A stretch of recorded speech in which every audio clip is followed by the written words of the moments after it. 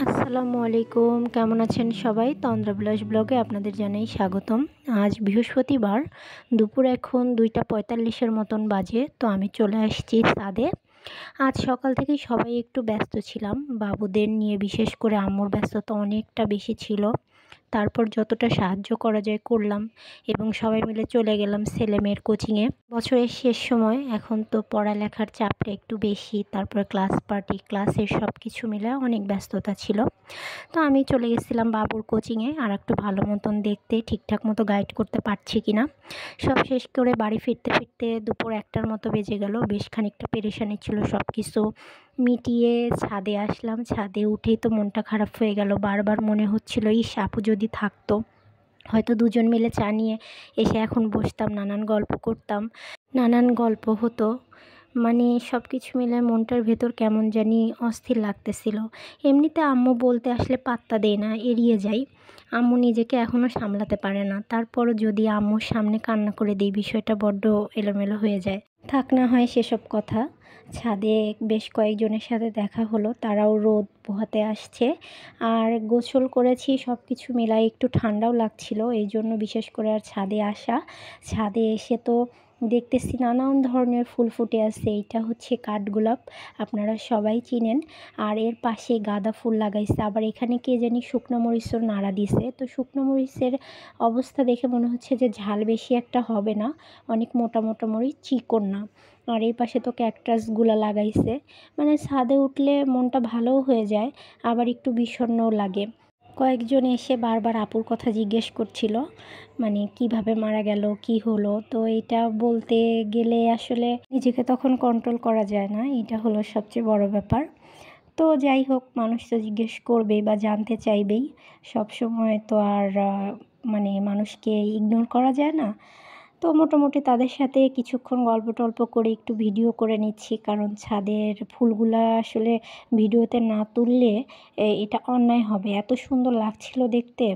তারপরে আবার একটু মিষ্টি মিষ্টি রোদ পড়ছিল। তো চলেন যাই বসি, এইখানে কিছুক্ষণ আগে বসবো, সময় কাটাবো, তারপরে বাসায় যাব। বাবুরাও ঘুম এখন, তো এখন একটু ফ্রি আছি।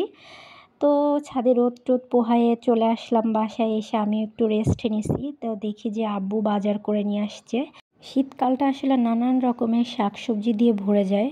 ভাগ্নি আবার শাকসবজিগুলোকে বের করতেছে, করে ফ্রিজে রাখবে, না হলে নষ্ট হয়ে যাবে। যেহেতু ঢাকা শহরে পানি দিয়ে রাখা শাকসবজি, তো এগুলোকে তো বেশিক্ষণ বাহিরে রাখা যাবে না।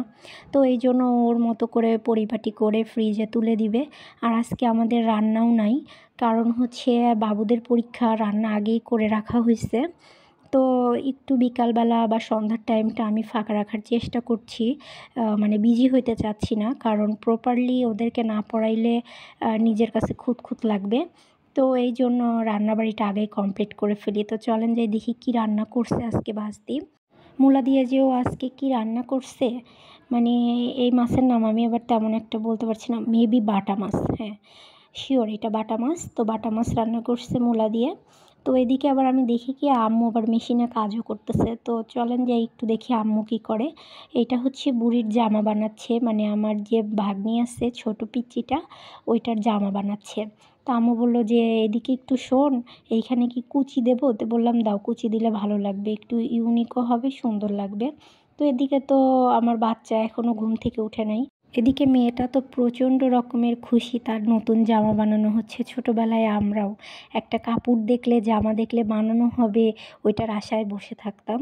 তো মোটামুটি আমাদের এদিকে জামা কাপড় বানানো শেষ। জামা কাপড় বানাইলে আপনাদেরকে ওই জামাটা যখন পুরা হয়ে যাবে না, তখন দেখাবো যে কেমন হইলো, ওকে পরায়। আর আমি এদিকে একটু চা বসায় দিছি, চা খেয়ে বাবুদেরকে পড়াইতে চলে যাব। যদিও বলছি যে তোরা একটু বই নিয়ে বসে, কিন্তু আদৌ বসবে না। মনে হয় আমার পুস্কু ঘুম থেকে উঠে গেছে, ও ওদের সাথে খেলতেছে। তো আমি এদিকে ঝটপট একটু চা বানাই নিই, কারণ পড়ালেখা করলে ওদেরও একটু ক্ষুধা লাগবে। যদিও চা দেওয়াটা ঠিক না, তারপরে এখন সহজে ইজিলি এটা হয়ে যাবে জন্য চাটাই বসাই দিলাম। তো চা অলমোস্ট বানানো শেষ, ওদেরকে এখন খাওয়াই দিব। আর একটু আব্বুর জন্য রেখে দিলাম।